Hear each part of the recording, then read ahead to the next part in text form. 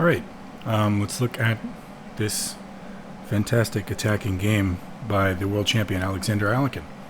In this game, Alekhine had the black pieces, and his opponent with white was Konstantin Alexeyevich Vygodchikov. So Vygodchikov plays e4, and Alekhine played e5, knight f3, knight c6, bishop b5, and a6 we have Roy Lopez. Vygodchikov continued with bishop a4.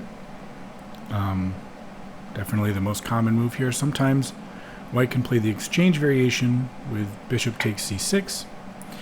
And I've seen a few of my students think that they could win a pawn by removing the defender of e5, but after a pawn takes, the best move here for white is just castles or d3 or knight c3. Not knight takes pawn. This doesn't actually win a pawn, because black can play queen d4, attacking the pawn and the knight.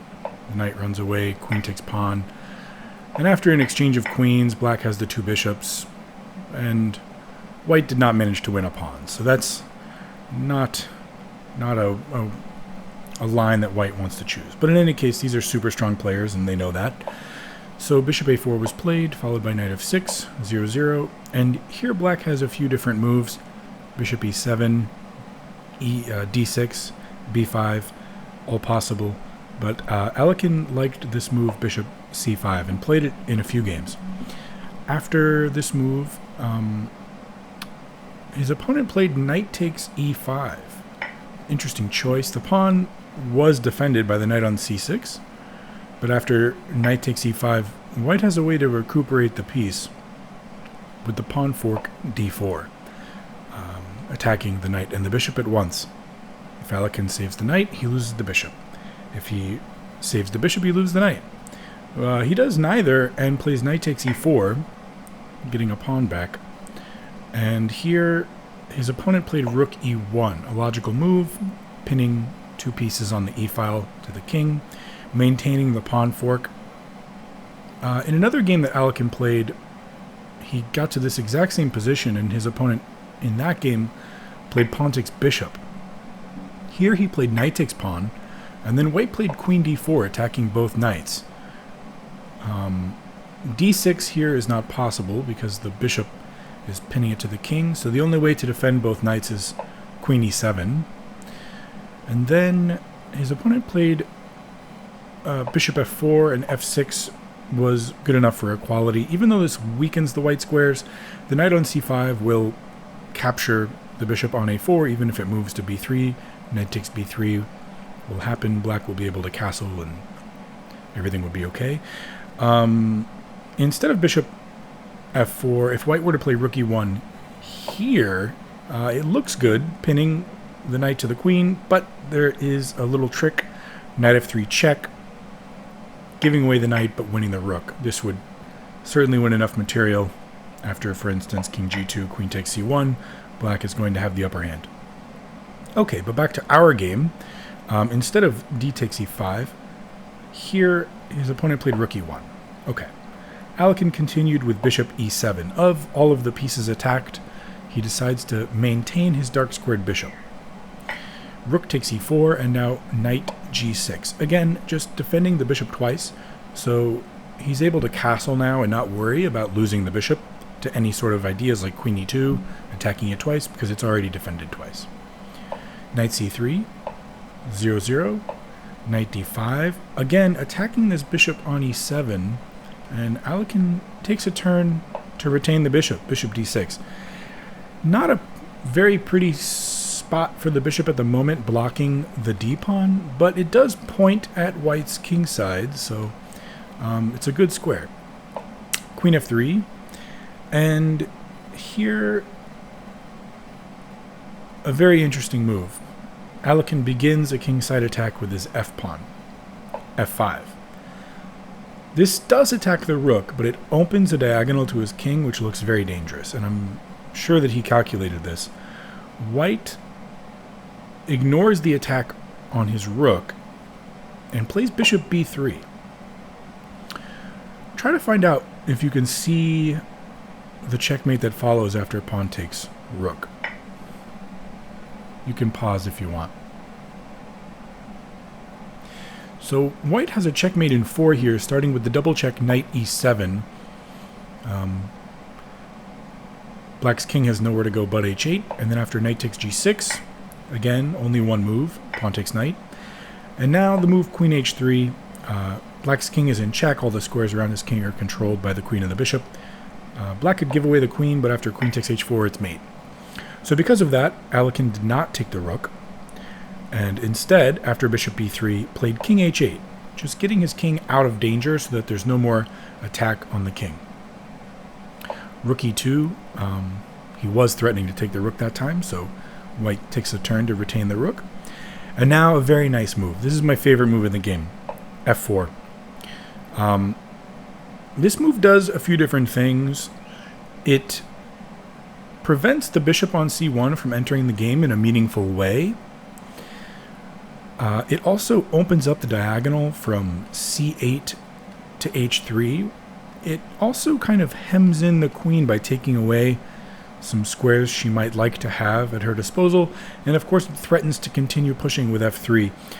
One sort of important note here, the move queen h4 looks like a good move because it attacks h2 as well as d4. Notice the bishop on d6 is pointed at h2 as well. And when white plays h3, for instance, queen takes d4, looks like it wins a pawn. However,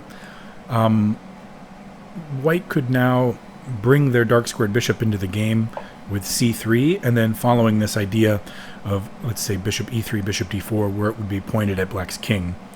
So let's say queen c5, bishop e3, and now bishop d4. For the price of a pawn, white would have activated both bishops and pointed them right at black's king.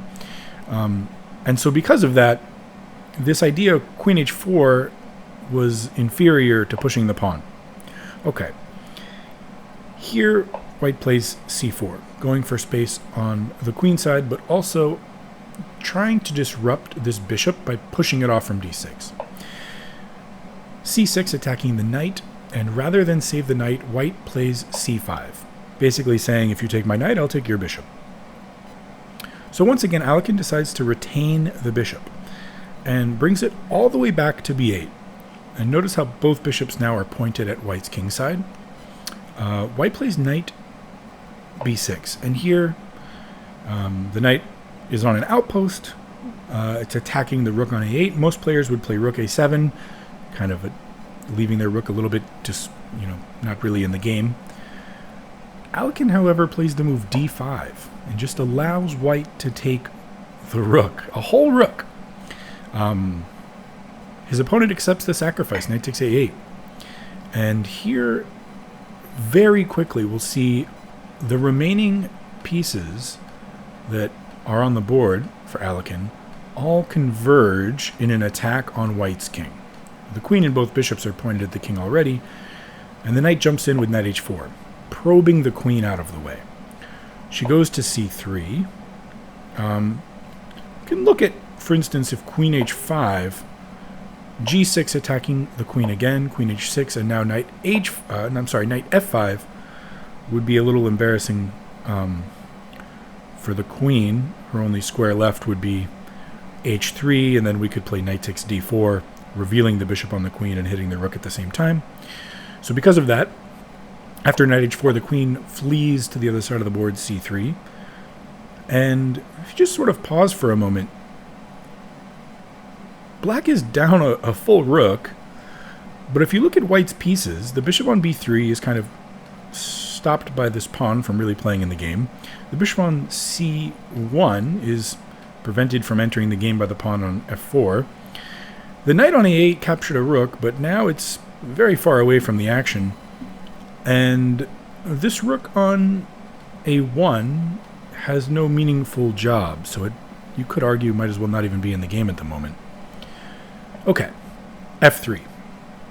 A move that attacks the rook, threatens to crack open a file to white's king, and leaves white with not very many good options. Here, white decides to play rook e5, trying to relieve some of the pressure against his king, offering an exchange sacrifice. Already up a full rook, looking to give a little material back. If white were to play, for instance, rook e3, then queen g5 would be possible because the rook on e3 is blocking the bishop on c1 from attacking the g5 square. This, of course, would threaten checkmate on g2, and if g3 was played to stop that checkmate, then incredibly black can just sacrifice everything on the g3 square, starting with bishop takes g3, h takes g3, and unbelievably, queen takes g3. Check. Pawn takes is forced. If king h1, then just queen g2 would be mate, so pawn takes is forced, and now this pawn push would leave black with the upper hand after king f1, bishop h3 check, pushing the king out of the way in order to promote on the next turn. And now it would be checkmate in a few more turns, no matter where white ran. Okay, but that did not occur in the game. Instead of rook e3, or running away to a different square, if we were to look at, for instance, pawn takes, I think is another variation that's interesting. Here, black could respond with knight takes f3 check, already leaving the king with very few options. For instance, if king f1, there's actually a checkmate in 1. Bishop h3.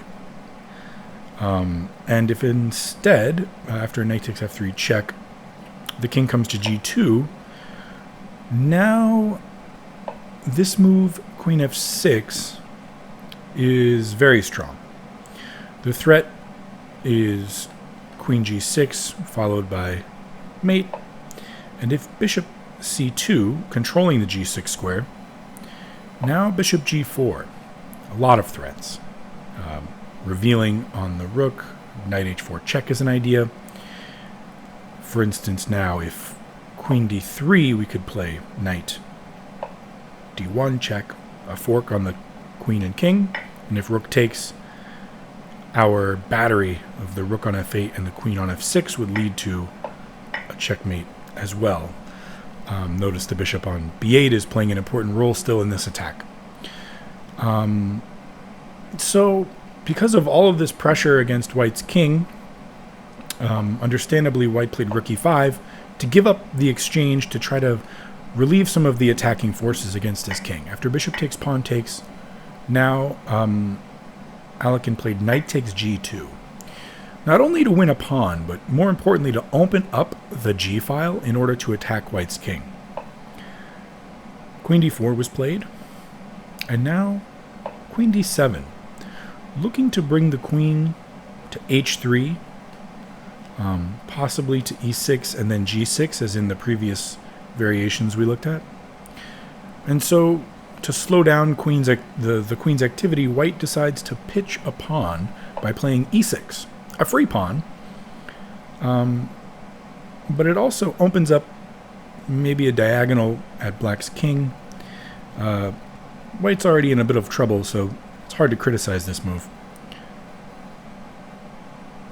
Queen captures e6. Okay. And now the move bishop d2. Looking to come to c3, creating a battery against black's king, and also finally bringing the other rook into the defense of the back rank. Queen g6, threatening a reveal. If the knight moves away, it would be check.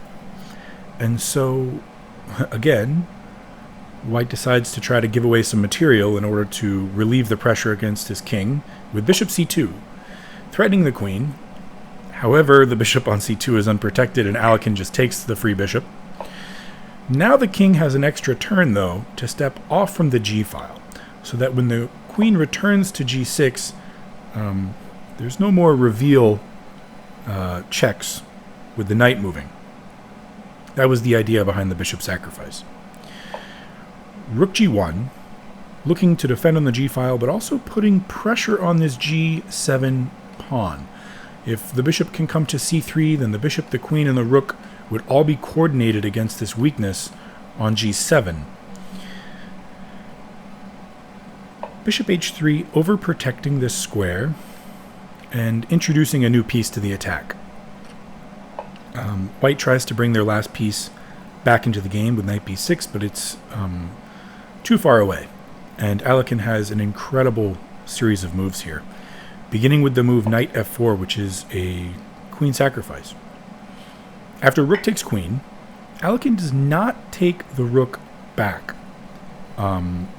Instead, he plays the move bishop g2. And now follows a series of forcing moves that lead to the coronation of this pawn. This pawn will promote. If king g1, we have knight e2 check, which would fork the king and queen, and that is a theme that will come up as well in the main line. After rook takes bishop, pawn takes check, the king has nowhere to go but g1, and now knight e2 recuperates the queen with material advantage. Alekhine emerges up an exchange as well as a pawn. This protected passed pawn on d5 will be a long-term advantage for black.